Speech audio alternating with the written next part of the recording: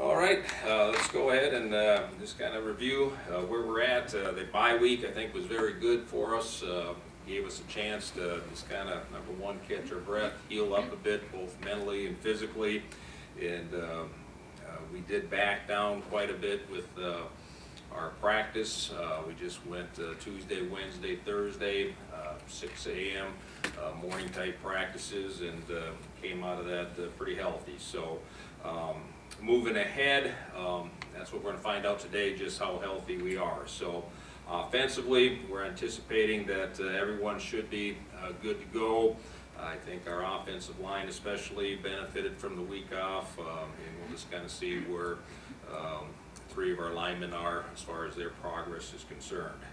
And then defensively too, we had some bumps and bruises that were limiting our play, and again, we'll see where we're at today as far as who's able to go and at what level they're able to go.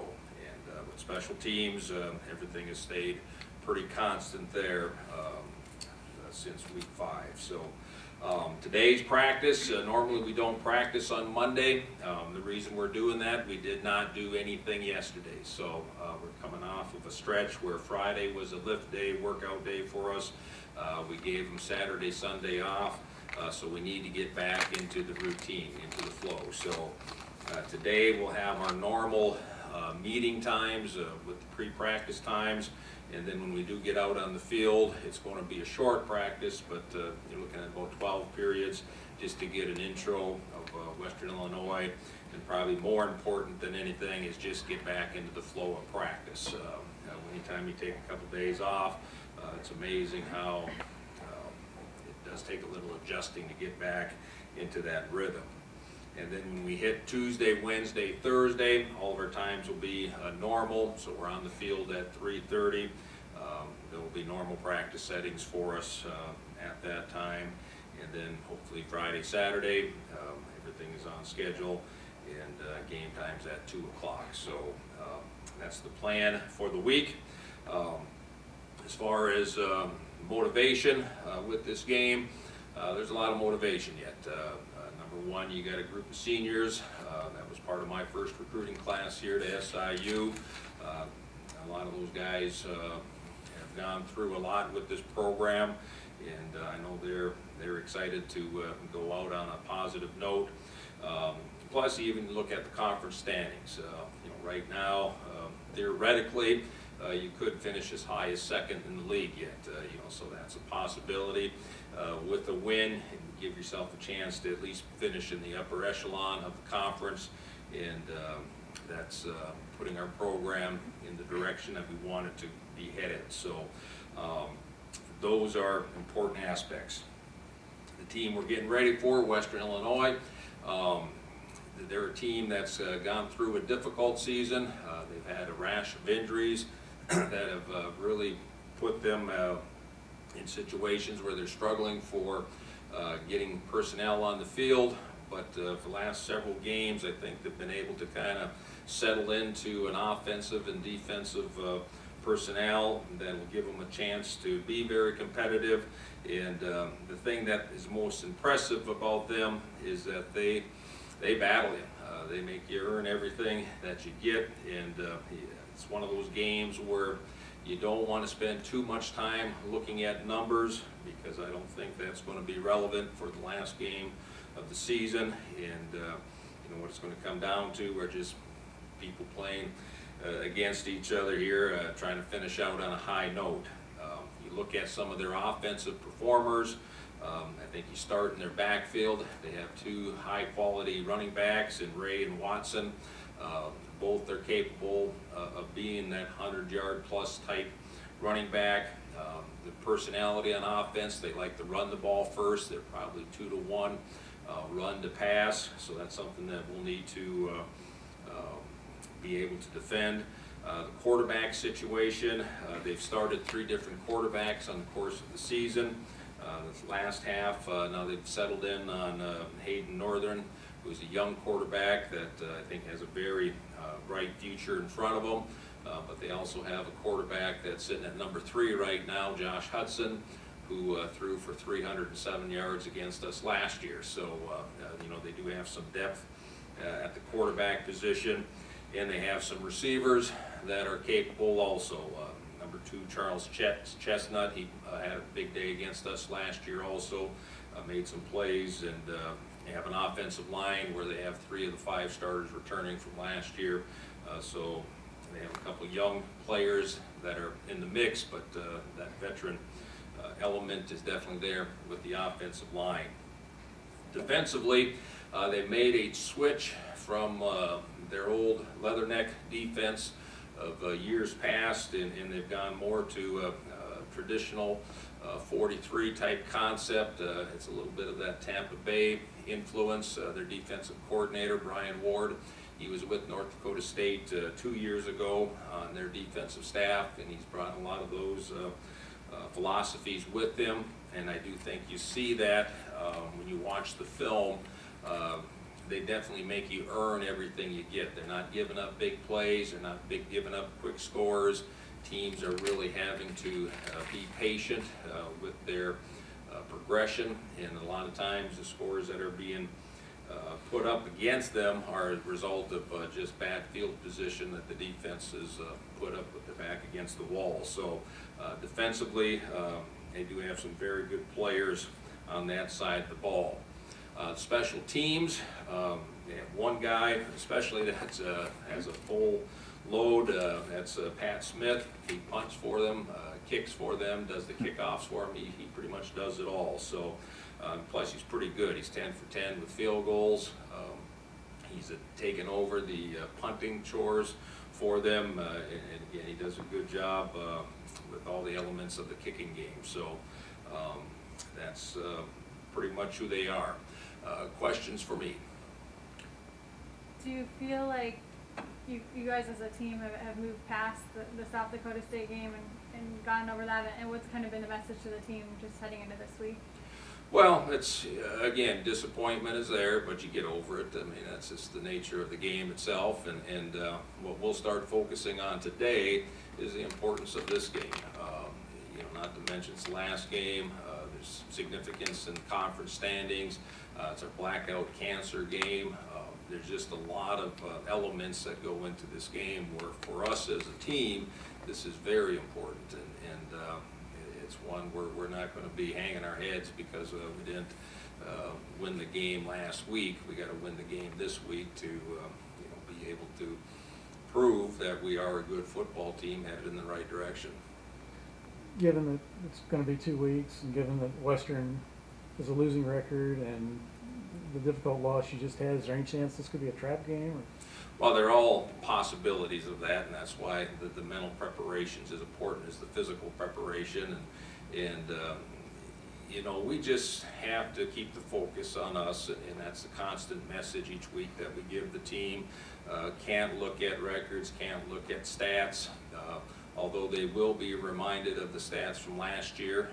They beat us last year in a play that was a tough way to lose a ball game, and you know, so hopefully that's a motivating factor in itself.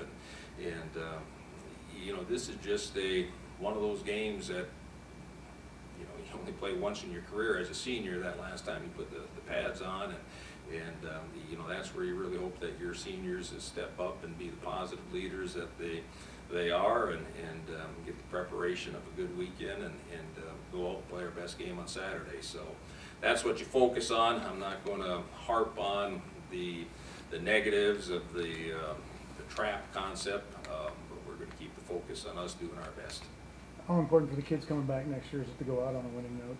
Well, I think it's important going into the off season. You want to have a positive taste in your mouth when you're done with the season. You know, we immediately go into year-end meetings with the players, both with the position coaches and then with myself. I'll meet with each player individually, and when you finish on a win, usually those meetings are a lot more positive. If you finish on a loss, you know, a lot of times you're dealing with issues that can be somewhat distracting. Coach, what do you make of, I mean, you mentioned that you guys could still potentially finish second in the conference, and just, you know, that dynamic, you could potentially finish second in the conference, but wouldn't get to go to the playoffs, you know? As far as, what's your question? What do you make of just, you know, is that strange to you just to think that you guys could finish so high in the conference and be missing out on the playoffs, or is that It's just not strange, because we knew even going into the previous week, you know, if had we won the South Dakota State game, there was no guarantee. I mean, so we'd still be kind of in the same realm where we could win on Saturday and be sitting at 7-4 and still not make the playoffs. But at the same time, you know, I think the league that we play in has proved that it's pretty darn good. And you know, as we're evaluating the program and where we're at, you know, we're taking a hard look at how we compare to North Dakota State, who's the #1 team in the country right now, South Dakota State. How close are we to being at the level where we feel we need to be the conference champion? And you know, so those are things that's why this game's important too, because we've got one more step to take. Going along with that, in the first 2 years you were here, you won those games that were fairly close, and now you've lost some games that were, this year especially, 2 games like 10 points to the top 2 teams in the conference. Is it the talent, or is it psychology, or what's the difference, or is it just luck that you lose games? I mean, I know it's hard to answer that question, but yeah, there's not a black and white answer with that, but we need to be better. You know, the thing right now that we're struggling with is being able to close a game out in the 4th quarter. You know, and that's the bottom line, and it's as much as anything as offensively, we need to be a little more ball controlling. Offensively, being able to you know, sustain a drive. Now, the games that we won that were close, we were able to do that. The games that we lost that were close, we weren't able to do that. And that's how we got beat. Is there a position then on offense that you're looking for an off season that would help you do that? Well, we need to be better on the offensive line. Everything starts up front. I mean, if you can control the line of scrimmage, you always look where you're at there, and I think we can get better on the offensive line. And I think we got people in the program that can fit the type of lineman that we're looking for and that we want to do or want to be. And you know, but that's where you start, and then you work from there. How has the Dalton Morgan situation affected the team and, you know, put things in perspective, especially going into this game? I'm not sure what you've heard as far as what the Dalton Morgan situation is. Well, so. I mean, I know he's waiting to find out exactly what, but he's been in the hospital and in St. Louis. And yeah, he's home now, so we're waiting test results. So it's one of those where you're hoping for the best, and that's all you can do at this point in time. So you know, I know it's a reality check for a lot of our players that you know, this is life, and with it, you know, you always have situations that can come up that can put things in perspective. So you know, I haven't seen the team since last Friday, so I'm not sure where that's at right now. do you anticipate doing anything? I mean, obviously you won't be playing, so I don't know. I don't want to say to honor him. But I'm hoping we just have him on the sideline because he just has tonsillitis. yeah. You know, so that's what I'm praying for. Coach, what will your message be to the seniors before the game? You know, I don't want to make that the main focus. You know, it's I think sometimes if you put the emotions of the game and you build those up too high, you don't play your best game. You know, so we're not going to dwell on, hey, this is it. You know, this is your last time that you'll ever play. We're going to say, hey, let's go and bang. You know, let's have some fun here. You know, and that's going to be more of the direction that we're going to take through the week, and you know, just look at it as another opportunity to do well. What does the blackout cancer game mean to you? Oh, that's a loaded question. You know, basically, if I were to tell you, I'd get emotional. So I'm not going to go into the whole. It's a very special game with significant meaning. That again, it keeps the game of football, you know, as a game. You know, there's things more important in life that deal with on a daily basis, that people deal with on a daily basis, that are much more important than a football game, but just trying to help and have something positive come out of one game a year. This is pretty special.